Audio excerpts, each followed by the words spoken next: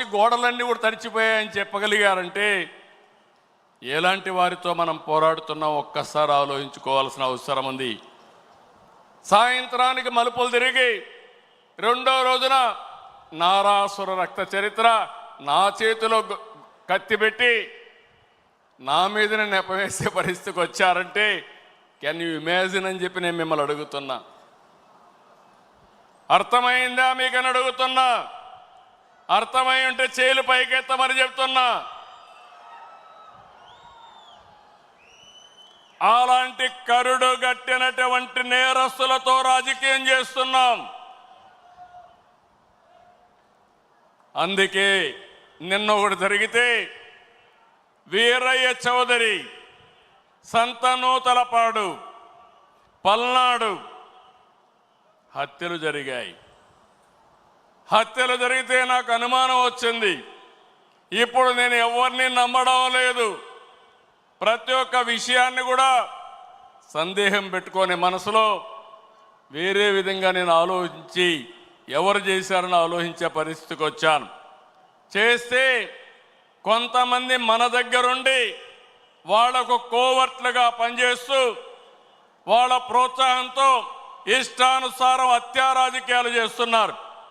మన చేతితో మన వేలుతో మన కన్ను పొడుచుకొని తద్వారా రెండు పనులు, ఇది తెలుగుదేశం పార్టీ వాళ్ళు వీళ్ళనే చంపుకుంటున్నారు అని చెడ్డ పేరు తేవడం, వాళ్ళ టార్గెట్ని సులభంగా ఎలిమినేట్ చేయడం, ఇది నేరస్తులు చేసే కనికట్టు మాయ. అందుకే చెప్తున్నా, ఎవరైనా సరే మన కార్యకర్తలు కూడా ఇలాంటి తప్పుడు పనులు చేస్తే ఏ కార్యకర్తను కూడా నేను ఉపేక్షించనని మరొక్కసారి మీ అందరికీ విజ్ఞప్తి చేస్తున్నా. మీకందరికీ ఆమోదయోగ్యమైతే గట్టిగా చప్పట్లు కొట్టి మీరు కూడా ఆమోదించండి.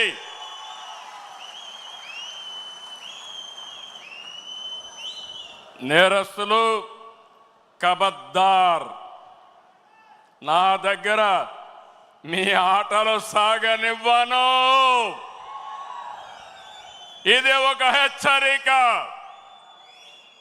కోవర్ట్లు మన దగ్గరికి పంపించి ఆ కోవర్ట్ల ద్వారా మీ ఎజెండా నెరవేర్చుకోవాలనుకుంటే ఇది మీకు సాధ్యం కాదు. అందుకే మిమ్మల్ని అందరినీ కోరుతున్నా, వలస పక్షులు వస్తాయి, వలస పక్షులు పోతాయి, కానీ నిజమైన కార్యకర్త శాశ్వతంగా ఉంటాడు. ఆ విషయం మనందరం గుర్తుపెట్టుకోవాల్సిన అవసరం ఉంది. పార్టీ బలోపేతం కావాలి. అదే సమయంలో కోవర్ట్ల పట్ల జాగ్రత్తగా ఉండవలసిన బాధ్యత మనందరిపైన ఉంది. ఇది నేను కార్యకర్తలందరికీ విజ్ఞప్తి చేస్తున్నా.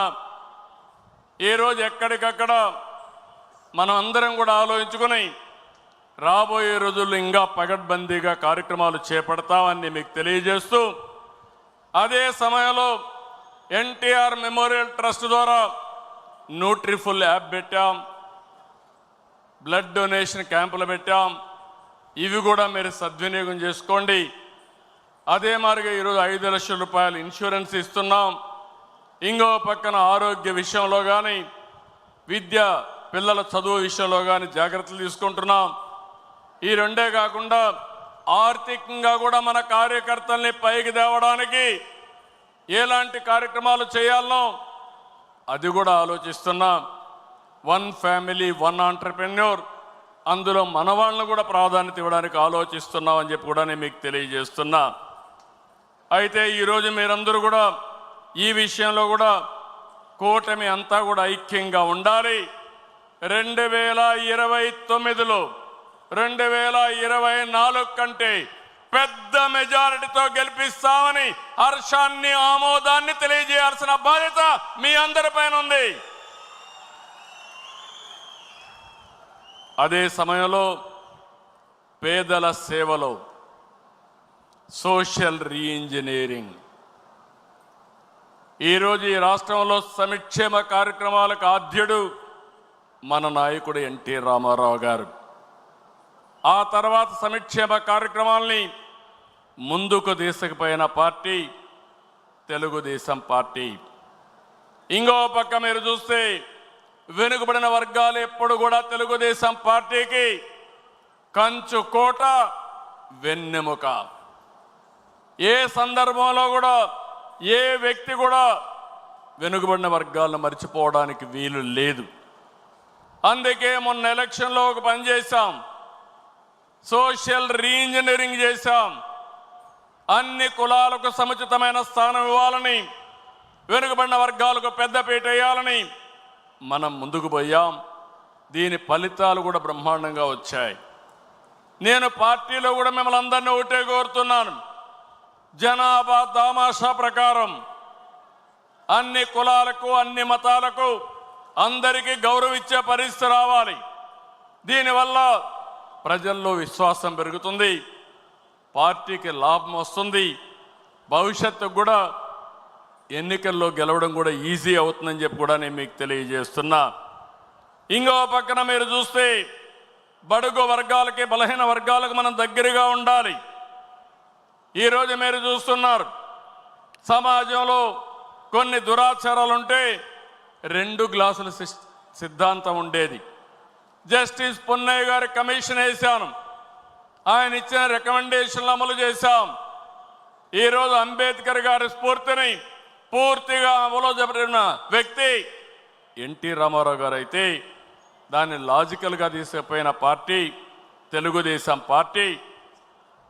ఈరోజు మనం గుర్తుపెట్టుకోవాల్సింది, ఫస్ట్ టైం బాలయోగిని లోకసభ స్పీకర్గా చేశాం, ప్రతిభా భారతిని అసెంబ్లీ స్పీకర్గా చేశాం, ఎర్రం నాయుడు, యనమల, కళ, కేఈ, అయ్యన్న పాత్రుడు, కాలవ, నక్క ఆనందబాబు వంటి బలహీన వర్గాలకు సంబంధించిన నేతల్ని పార్టీ ఈరోజు ఎంతో గౌరవించి ముందుకు పోయాం.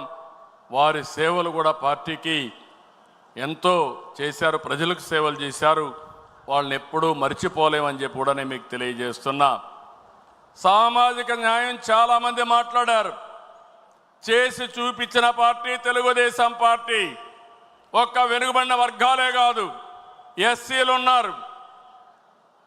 ఎన్నో సంవత్సరాలుగా ఆందోళన చేస్తూ ఉంటే మాలా మాదిగా కేటగరైజేషన్ ప్రవేశపెట్టిన పార్టీ 1996లో ప్రవేశపెట్టిన పార్టీ తెలుగుదేశం పార్టీ.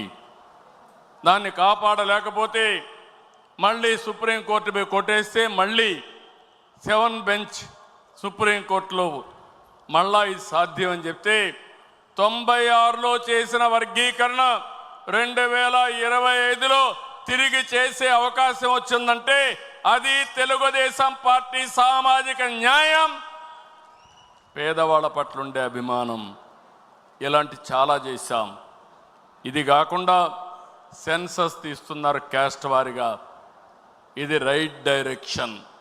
నేను కేంద్రాన్ని అభినందిస్తున్నా.